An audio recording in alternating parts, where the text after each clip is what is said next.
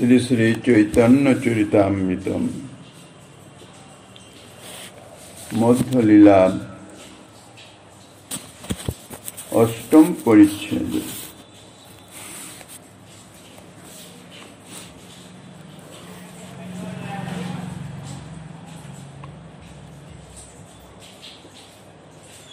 তাহা বিনু রাসলীলা নাহি ভাই চিতে, মণ্ডলী ছাড়িয়া গেলা রাধা অন্বেষিতে।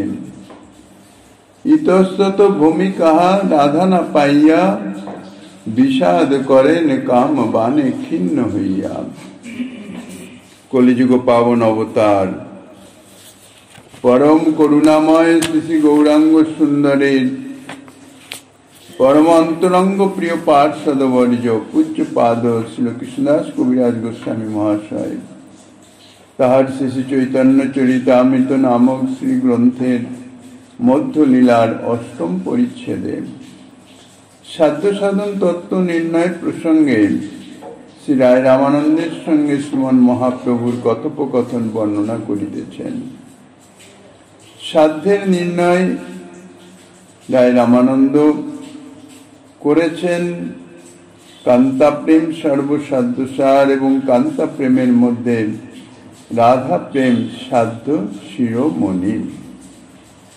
তাহারই সপক্ষে অর্থাৎ রাধা প্রেমের মহিমা খ্যাপন করতে গিয়ে প্রথমে রাসলীলা শারদীয়া রাসের বর্ণনা দিয়েছিলেন রায় রামানন্দ। তাহাতে মহাপ্রভু কিছু আপত্তি তোলাতে বসন্ত রাসের দৃষ্টান্ত দিলেন গীত গোবিন্দ থেকে। সে সম্বন্ধে ইতিপূর্বে আমরা আস্বাদন করেছি। রাসলীলাতে শ্রীমতী রাধারানী মান করে চলে যাওয়ার পরের থেকে অর্থাৎ শ্রীমতী রাধারানী চলে যাওয়ার পরে রাসস্থলীতে শ্রীমতী রাধা ব্যতীত সপ্তকোটি গোপীর সকলেই বিদ্যমান ছিলেন। তথাপি তাহাদের যে প্রেম সেবা উৎকণ্ঠা সম্মিলিত ভাবেও বলা যায়, শ্রীমতী রাধারানীর যে প্রেম সেবা ভাব তাহা পূরণ করতে সমর্থ হল না। রাসলীলায় শ্রীকৃষ্ণের আর মন বসল না। শ্রীরাধার অনুপস্থিতির বিষাদ শতকোটি গোপীর উপস্থিতিতেও তাহা দূরীভূত হল না। তাই শ্রী রাধারানীকে অন্বেষণ করবার জন্যে শ্রীকৃষ্ণ নিজেই রাসস্থলী ছেড়ে অর্থাৎ শতকোটি গোপী তাহাদের প্রেম সম্ভার নিয়ে শ্রীকৃষ্ণকে সেবাতে রত ছিলেন, তাও তিনি তাদের ছেড়ে চলে গেলেন। এখন কিন্তু গোপনে গেলেন না, সকল গোপীর সম্মুখভাগ থেকে তাদের উৎসুক দৃষ্টির সাক্ষাতে তাহাদের সেই প্রেম সেবাকে সম্পূর্ণ উপেক্ষা করে, তাহাদের উপস্থিতিকেই উপেক্ষা করে শ্রীকৃষ্ণ চলে গেলেন। ভোজ সুন্দরীগণ তারা কিছু বললেন না, তাদের কিছু বলারও নাই, কেননা তারা সকলেই বুঝতে পারলেন যে শ্রীকৃষ্ণ কেন যাচ্ছেন, কোথায় যাচ্ছেন, কি উদ্দেশ্যে যাচ্ছেন। কেননা শ্রীমতী রাধারানী তাদের সম্মুখ দিয়েই তো মান করে চলে গেছেন।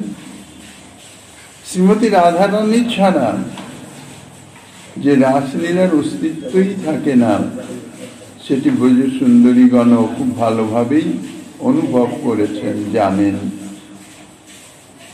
তো এখানে প্রথমত বলা হলো শ্রীকৃষ্ণ রাধাকে এখানে চুরি করে নিয়ে যান নাই।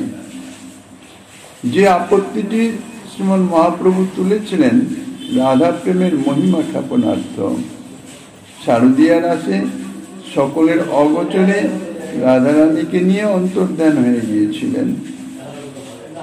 কাজেই কেউ জানতে পারে নাই রাধারানীকে তিনি নিয়ে গেছেন।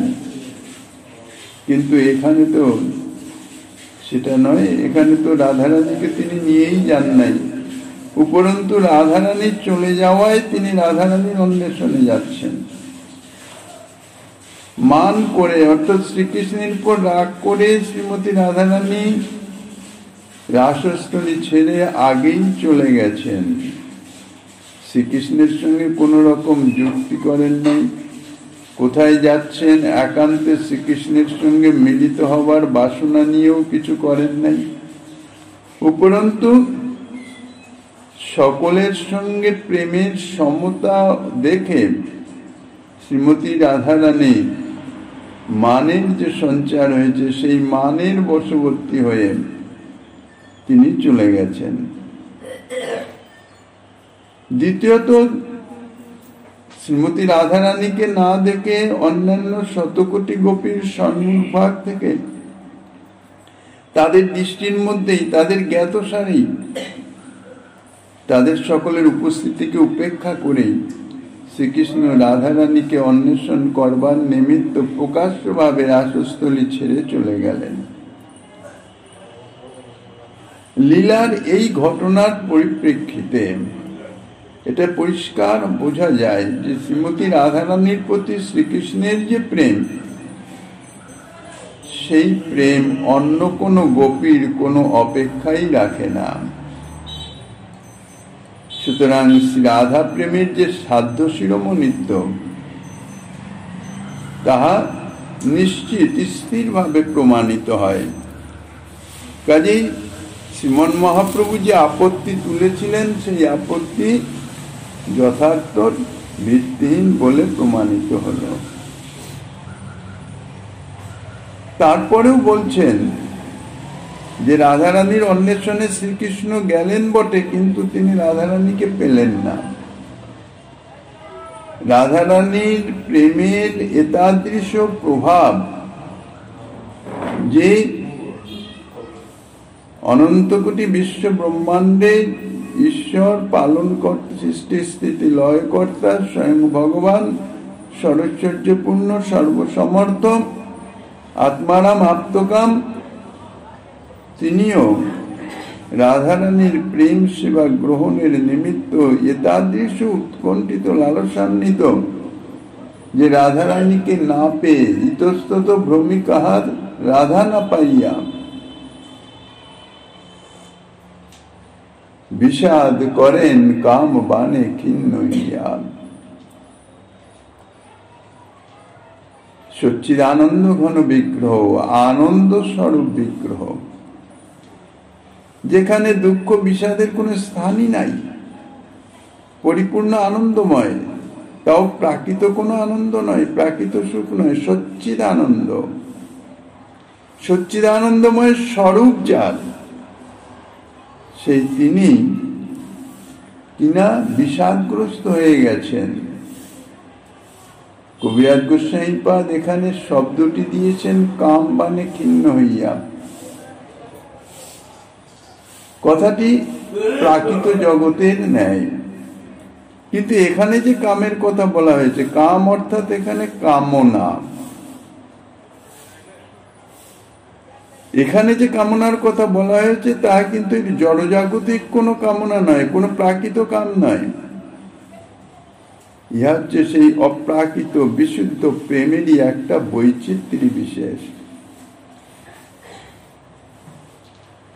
কেননা কামের যে তাৎপর্য, কামের যে উদ্দেশ্য, তাহা হচ্ছে নিজের সুখবিধান।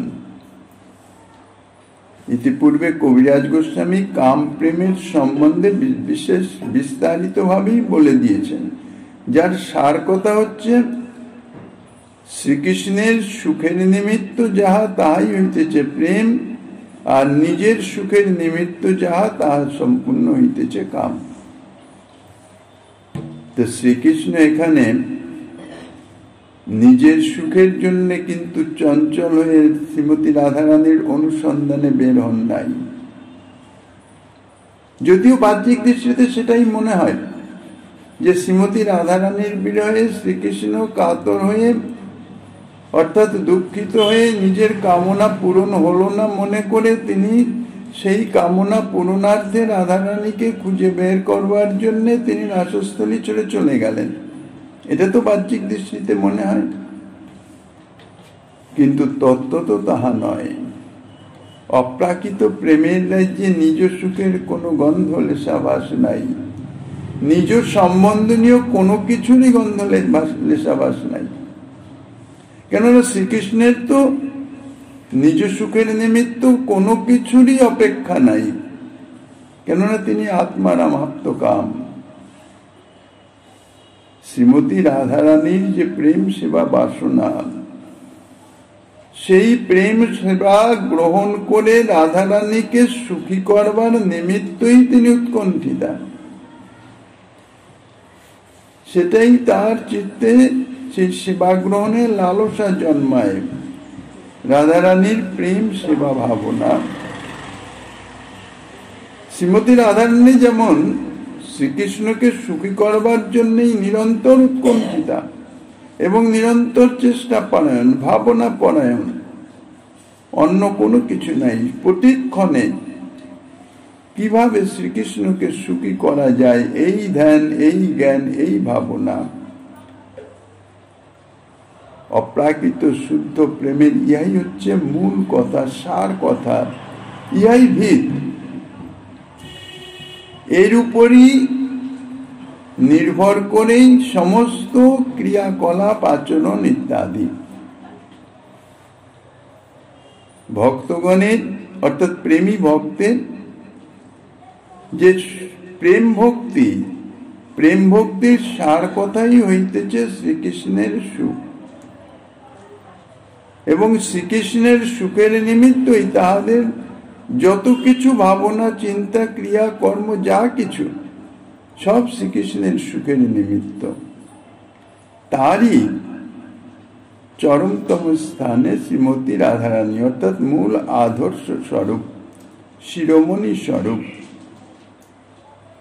তা শ্রীমতী রাধারানী যেমন শ্রীকৃষ্ণকে সুখী করবার নিমিত্তই সদা সর্বদাই উৎকণ্ঠিতা, বাহ্যিক ব্যবহারে, আচরণে, প্রাকৃত বুদ্ধিতে, প্রাকৃত বুদ্ধি অর্থাৎ কামনা যুক্ত বুদ্ধিতে, আমরা প্রাকৃত জীব, আমরা কামনার ঊর্ধ্বে উঠতে পারি নাই, কেননা মন, বুদ্ধি, চিত্ত সব কামনার অন্তর্ভুক্তি, কম হোক আর বেশি হোক, কিছু না কিছু কামনা তার মধ্যে আছেই। কামনার প্রত্যাশা অন্তত আছে, যদি সাক্ষাৎ ভাবেও না থাকে তাহলেও কিছু প্রত্যাশা গুপ্ত ভাবে থেকে যায়। কেন এটাই জনজাগতিকের অর্থাৎ প্রাকৃত জগতের ইহাই হচ্ছে নিয়ম, ইহাই হচ্ছে স্বর্গগত ধর্ম। কাজেই প্রাকৃত দৃষ্টিতে সেরকম মনে হলেও তত্ত্বত কিন্তু তাহা নহে। শ্রীমতী রাধারানী যেমন শ্রীকৃষ্ণের সুখের নিমিত্ত সদা সর্বদাই উৎকণ্ঠিতা, তৎপর, ঠিক তদ্রূপ শ্রীকৃষ্ণ শ্রীমতী রাধারানীকে সুখিনী করবার নিমিত্ত উৎকণ্ঠিত। একজন সেবা করে সুখ দেবেন, আর একজন সেবা গ্রহণ করে সুখ দেবেন। এই হচ্ছে পারস্পরিক সম্বন্ধ, আর ইহাই প্রেমের সার কথা, প্রেমের মূল কথা। প্রেম পারস্পরিক এবং সমভাবাপন্ন, সমভাবে পারস্পরিক। একজন মন, প্রাণ সমস্ত কিছু উজাড় করে দিয়ে তার সুখের নিমিত্ত তার সেবাতে নিয়োজিত হবেন, আর একজন কোন রকম ভাবে তার সেবা গ্রহণ করে তাকে কৃতার্থ করছেন, এ জাতীয় মনোভাব নয়। কিন্তু প্রেমের বৈশিষ্ট্য আছে। শ্রী রাধার প্রতি শ্রীকৃষ্ণের প্রেম হতেই এই উৎকণ্ঠার উদ্ভব। আর এই প্রেমজনিত যে উৎকণ্ঠা, অর্থাৎ শ্রী রাধারানীকে সুখী করবার জন্য যে কামনা, তাহাই কবিরাজ গোস্বামী এখানে কাম শব্দে অভিহিত করেছেন। শ্রীমতী রাধারানী নিজাঙ্গ দ্বারা সেবা করে শ্রীকৃষ্ণকে সুখী করতে চাহেন, আর তার প্রেমের বশীভূত হয়ে শ্রীকৃষ্ণ ঠিক তদ্রূপ, তদ অনুরূপ নিজাঙ্গ দ্বারা সেবা করে অথবা শ্রীরাধার প্রার্থিত সেবা গ্রহণ করে শ্রীরাধারানীর মনোবাসনা পূরণ করে শ্রীরাধারানীর সুখ সম্পাদন করতে সদা সর্বদাই উৎকণ্ঠিত। এই প্রাকৃত এবং অপ্রাকৃত এই দুটি বিষয়ের অন্তর্নিহিত ভাবের হচ্ছে পার্থক্য। প্রাকৃত কামে আছে পশুবৎ ক্রিয়া, আর শ্রীকৃষ্ণ ব্রজগোপীগণের ব্যবহারে কিন্তু সেই ক্রিয়া নাই।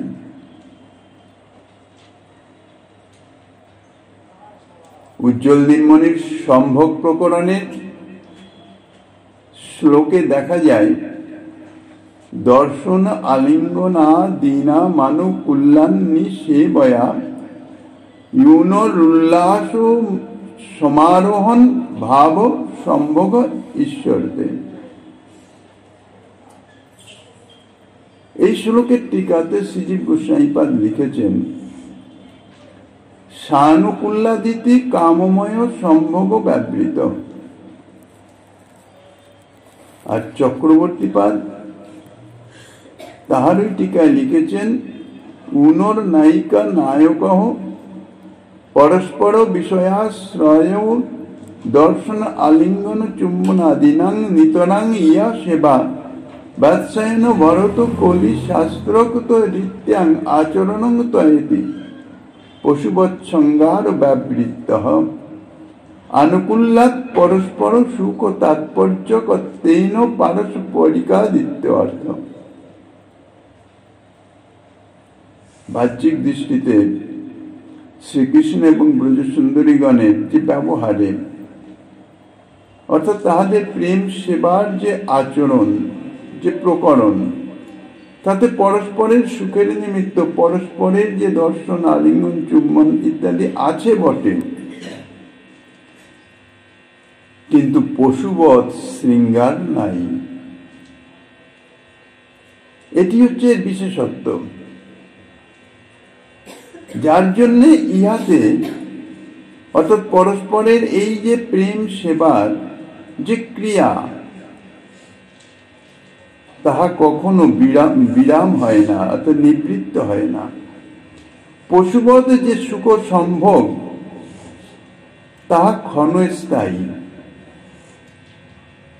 আর ইহা এই অপ্রাকৃত যে সম্ভোগ, ইহা উত্তরোত্তর বৃদ্ধি প্রাপ্ত হয়। তৃষ্ণা শান্তি নহে, তৃষ্ণা বাড়ে নিরন্তর। প্রাকৃত অপ্রাকৃতর এটাই হচ্ছে তফাৎ, আর এটাই হচ্ছে বিশেষ। প্রিয়ের সুখের নিমিত্ত প্রিয়ার এবং প্রিয়ার সুখের নিমিত্ত প্রিয়ের যে আলিঙ্গনাদির স্পৃহা জন্মে, মূল কথাই হচ্ছে অপরের সুখের নিমিত্ত, নিজের জন্য নয়। এই আলিঙ্গনাদির স্পৃহাও, ইহাও কিন্তু শ্রী গোবিন্দের সেই লাদিনী শক্তির, আনন্দদায়িনী শক্তির একটি বৃত্তি বিশেষ, এবং অপ্রাকৃত প্রেমের ইহা একটা বৈচিত্র্য বিশেষ। যথার্থ এর যে নিগুড় ভাব, তাহা অনুভবে আসা প্রাকৃত জীবের, প্রাকৃত মন বুদ্ধির সর্বদা অসম্ভব। শুধুমাত্র ভাবনার দ্বারা এটাকে স্থাপন করে রাখা যে এটা এই ধরনের জিনিস, কিন্তু এটা তত্ত্বত যে কি, এর আস্বাদনটি যে কে, সেটা প্রাকৃত মন বুদ্ধির অগোচর, প্রাকৃত জীব তাহা কখনোই অনুভবে আনতে পারবে না। এখন যেটা অনুভবে আসবে না, তা সত্ত্বেও সেই সম্বন্ধ বিষয়ে শ্রবণ কীর্তনের উদ্দেশ্য হচ্ছে কি, তার তত্ত্বের সম্বন্ধে একটা ধারণা করে রাখা, যাহাতে কখনো প্রাকৃত বুদ্ধি না জন্মায়। এটা এই বস্তু নয়, কিন্তু কি বস্তু সেটা আমি সঠিক জানি না, সঠিক আমার অনুভবে নাই, কিন্তু এই বস্তু নয়, অর্থাৎ আমার ভাবনায় যাহা, সে জাতীয় ভাবনা এখানে নয়, সে জাতীয় বস্তু নয়, সে জাতীয় সম্ভোগ নয়। সম্ভোগ বলতে আমরা প্রাকৃত মন বুদ্ধিতে যা বুঝি, এটা তা নয়। তত্ত্বটা কি সেটা অনুভবের এক সামর্থ্য আমার নাই ঠিক, কিন্তু এটা যে এই বস্তু নয় এই ধারণা জন্মাবার জন্যেই লীলা ইত্যাদি বিশ্লেষণ করা বা সেগুলো শ্রবণ কীর্তন ইত্যাদি। কেননা যে বস্তু যা নয় সে সম্বন্ধে যদি তাদৃশ ভাবনা আসে তাহাতে অপরাধ হয়, মর্যাদা লঙ্ঘন অপরাধ, মহিমা খ্যাপনের, মহিমাকে শৈথিল্য বা ন্যূনতা করবার অপরাধ এসে যায়। সেই অপরাধ যাতে না হয় সেই জন্যই শ্রবণ কীর্তনের মাধ্যমে এর সম্বন্ধে কিছু ধারণা বা কিছু জ্ঞান লাভ করা, বিজ্ঞান নয়, অনুভবগত জ্ঞান নয়, জ্ঞান লাভ অর্থাৎ জানা, জেনে রাখা। তো এই যে আচরণের যে স্প্রিয়া কামনা ইত্যাদি যা কিছু রাসলীলাতে যা সুখদেব গোস্বামীপাদ বর্ণনা করেছেন, ইহা সেই লাদিনী শক্তিরই একটি বৃত্তি বিশেষ, প্রেমের বৈচিত্র্য বিশেষ। যার ক্ষুধা নাই তাকে ভোজন করিয়ে, কিংবা যার পিপাসা নাই তাকে জলপান করিয়ে বা পানাহার করানোর চেষ্টা করে কিন্তু উৎকণ্ঠা পরিতৃপ্ত হয় না।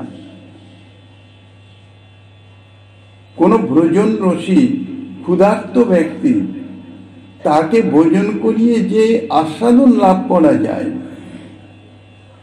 যার ক্ষুধা নাই তাকে হাজার অনুরোধ করে হয়তো মন রক্ষার্থে কিছু ভোজন করলো, তাতে কিন্তু তার দৃশ্য তৃপ্তি হয় না। যারা সেবা করতে চান অর্থাৎ অপরকে ভোজন করাতে চান,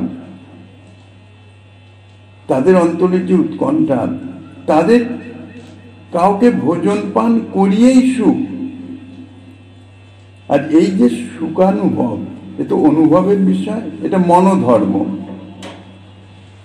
যাহা মনোধর্ম অনুভব বেদ্য বিষয়ে তাহা ভাষার দ্বারা সম্যক রূপে কখনোই প্রকাশ করা যায় না।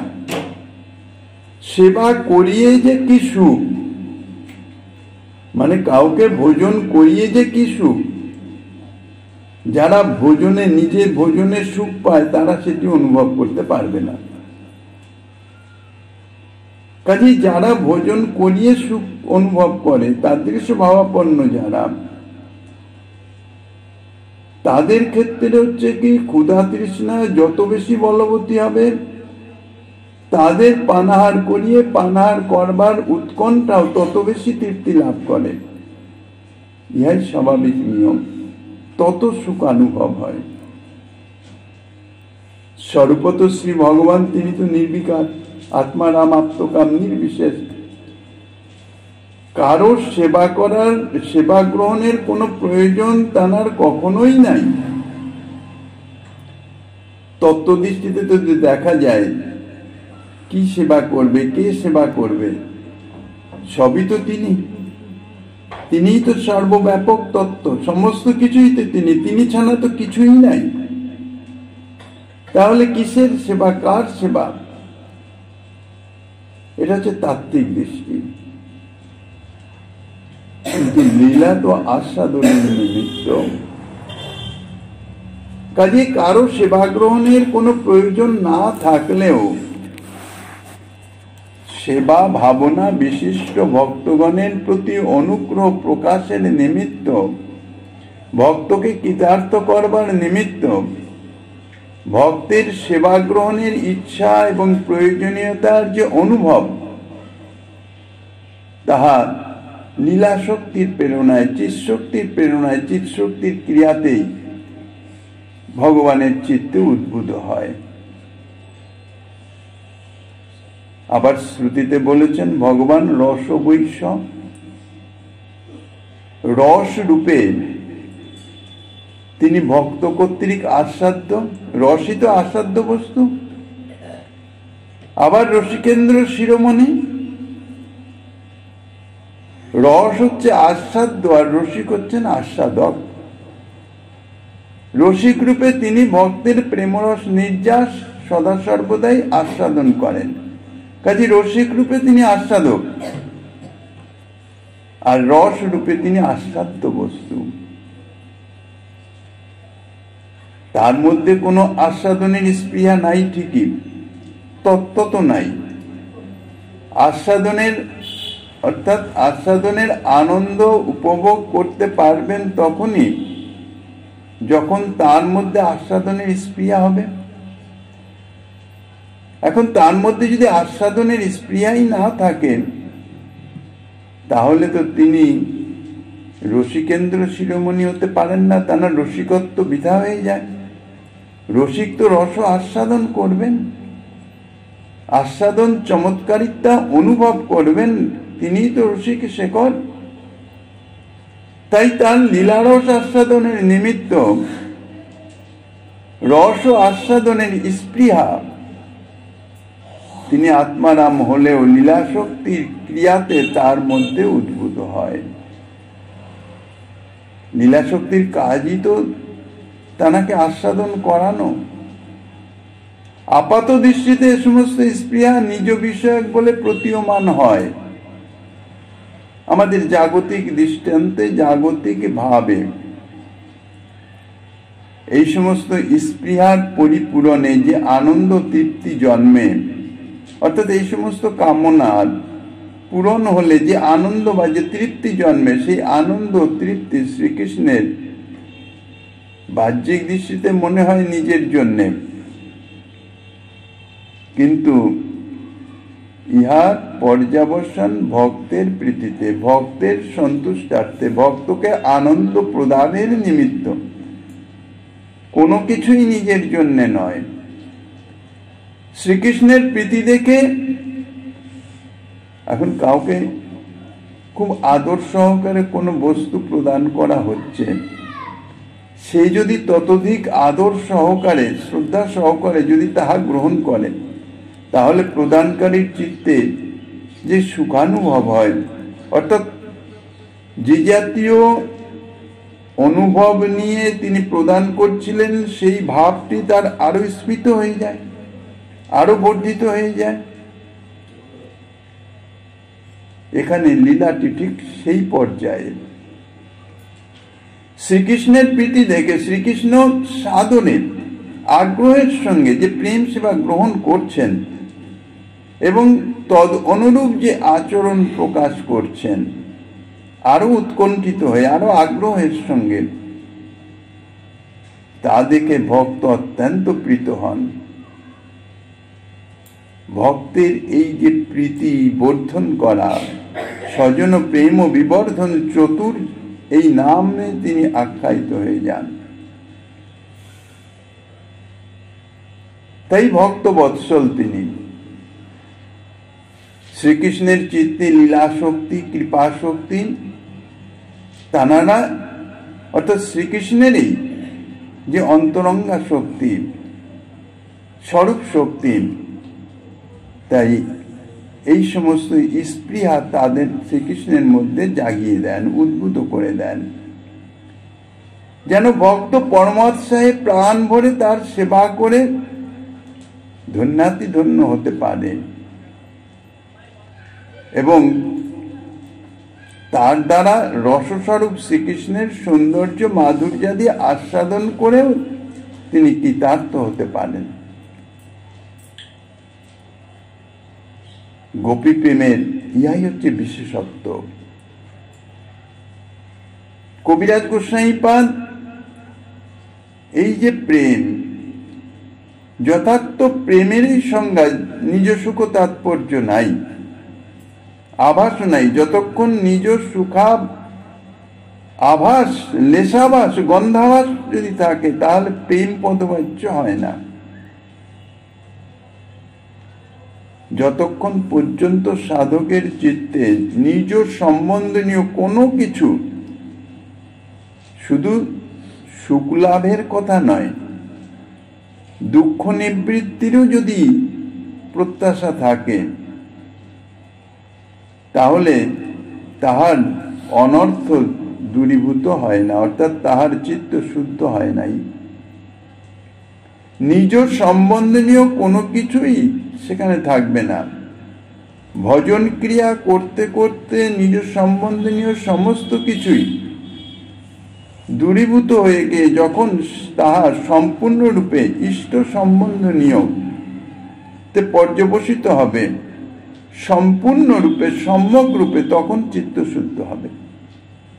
আর তারপরেই যথার্থ ভক্তিদেবীর আবির্ভাবে সে ভজন ক্রিয়া তার তখন যথার্থ ভজন ক্রিয়ায় পর্যবসিত হবে, অর্থাৎ তখন তার ভজন ক্রিয়া নিষ্ঠা স্তরে পৌঁছে নিশ্চিত ভজন ক্রিয়া হবে।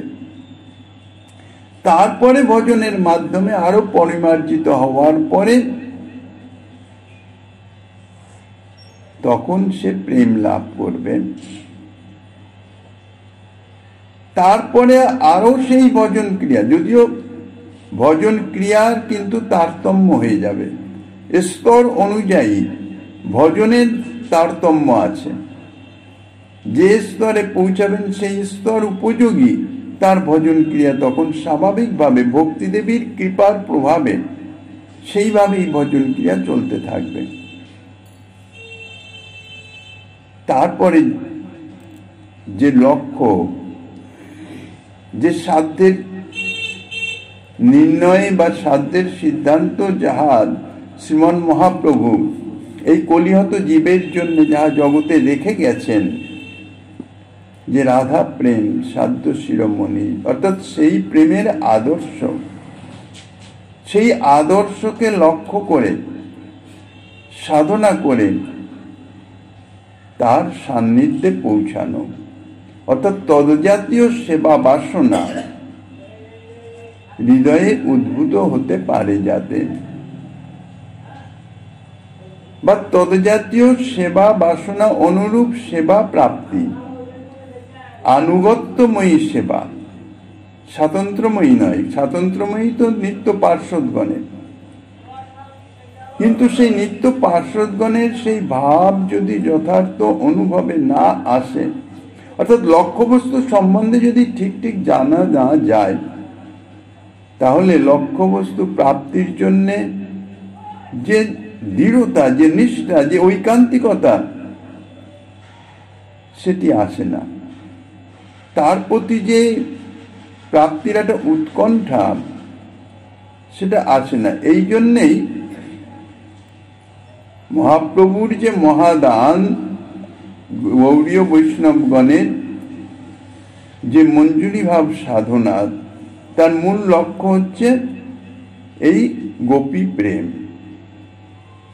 তো সেই প্রেমের যে বাহ্যিক আচার আচরণ ক্রিয়া ইত্যাদি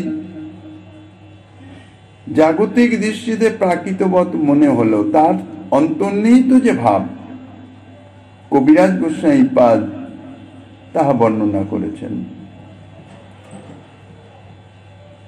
অদ্ভুত গোপী ভাবের স্বভাব, বুদ্ধির গোচর নহে যাহার প্রভাব, অর্থাৎ প্রাকৃত মন বুদ্ধির অগোচর, কোনোভাবেই কোনো দিক দিয়েই এই ব্রজ প্রেম অর্থাৎ ব্রজ সুন্দরীগণের প্রেম তাহা অনুভব করা যাবে না।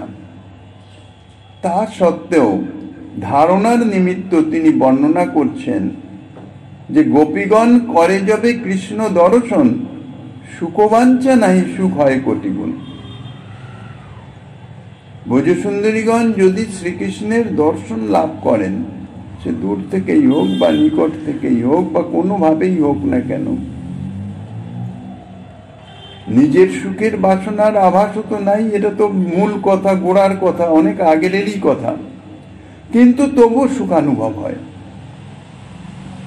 এত সুখ অনুভব হয় যে বলছেন সুখ হয় কোটি গুণ।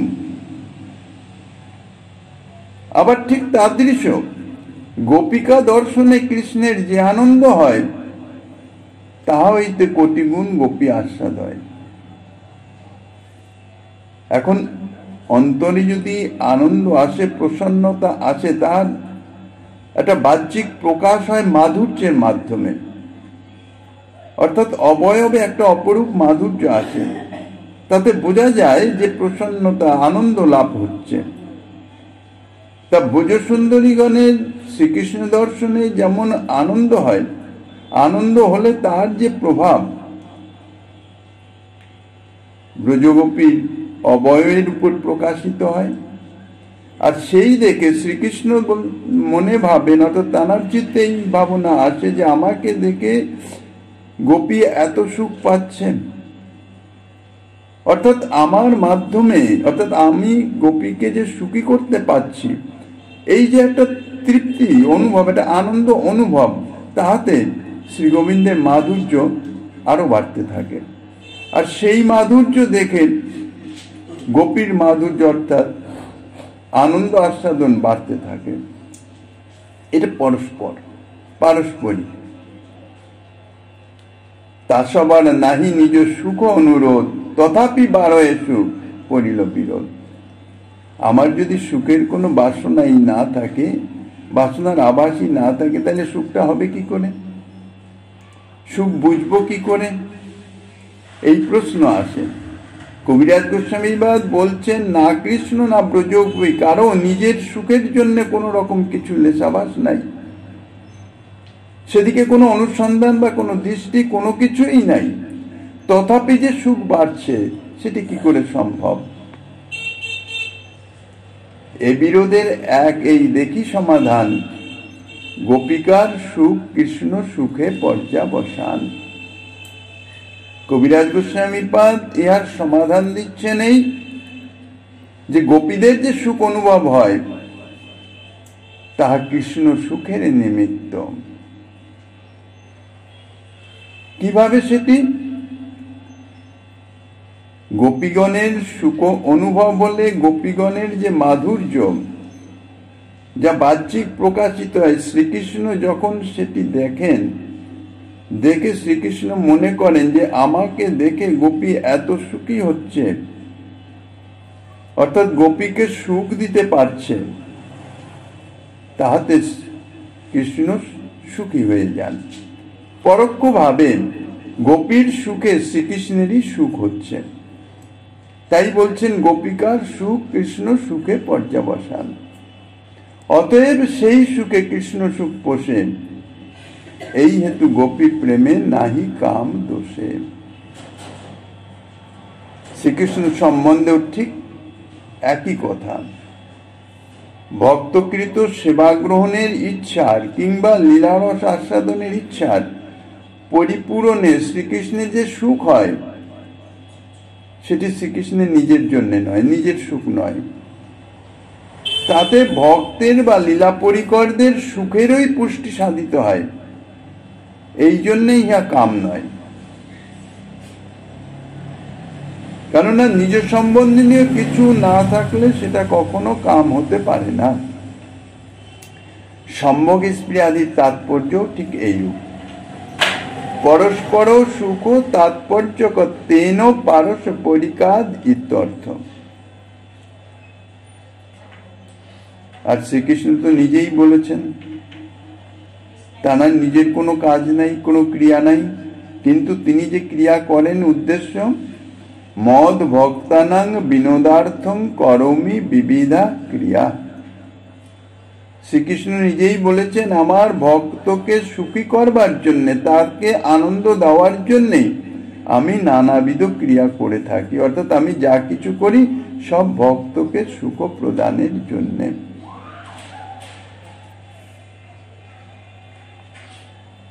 ভগবানকে সেবা করবার ইচ্ছে যেমন ভক্তের হৃদয়ে নিত্য বর্তমান, অর্থাৎ চিত্তশুদ্ধ হয়ে যাওয়ার পরে যখন নিষ্ঠিতা ভজন ক্রিয়া স্তরে অর্থাৎ নিষ্ঠা স্তরে সাধক চলে যান, তখন তার হৃদয়ের যে ভাবনা সদা সর্বদাই শ্রীকৃষ্ণ সুখের নিমিত্ত।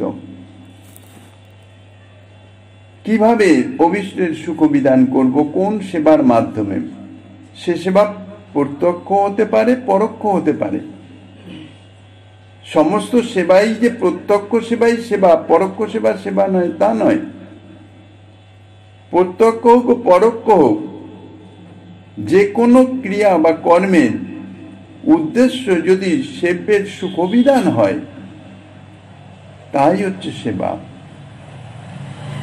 তা সে ভগবানকে সুখী করবার নিমিত্ত সেবা করবার জন্যে ভক্তের হৃদয়ে সদা সর্বদাই নিত্য সেই ভাব বিদ্যমান। ঠিক তদনুরূপ ভক্তের সেবা গ্রহণের বা ভক্তের যে প্রেমরস নির্যাস আস্বাদনের স্পৃহাও ভগবানের হৃদয়ে নিত্য বর্তমান থাকে। প্রেম অনুরূপ শ্রী ভগবানের হৃদয়ে যে আস্বাদন বাসনা, সেটি কিন্তু ভক্তের হৃদয়ের প্রেম অনুরূপ। লীলা পরিকরদের ভগবান যখন যেভাবে ভক্তের বা লীলা পরিকরের সান্নিধ্যে থাকেন, তখন সেইভাবে অনুকূল সেবা প্রাপ্তির নিমিত্ত সেইভাবে ভক্তের প্রেমরস নির্যাস আস্বাদনের জন্য তদ অনুরূপ স্পৃহা শ্রী ভগবানের চিত্তে বলবতী হয়ে ওঠে। এখন প্রেমী ভক্ত জানারা তাঁরা সেটি অনুভব করতে পারেন যে এখন কি সেবা, কি জাতীয় সেবার মাধ্যমে আমি সেব্যের সুখবিধান করতে পারি। কেননা সেব্যের সুখবিধানের ভাবনা করতে করতে সেব্যের সঙ্গে সে তাদাত্ম্য প্রাপ্ত হয়ে যায়। সেব্যের সঙ্গে যদি তাদাত্ম্য প্রাপ্তত্ব না হলো, তাহলে যথার্থ সেবকত্ব সিদ্ধ হয় না। সেবকের ইহাই হচ্ছে বৈশিষ্ট্য। সেব্যতত্ত্ব নিজেই হয়তো সবসময় বুঝতে পারেন না যে তাঁর এখন কি প্রয়োজন, কিসে তিনি সুখী হবেন। সেবক সেটা অনুভব করে নেন।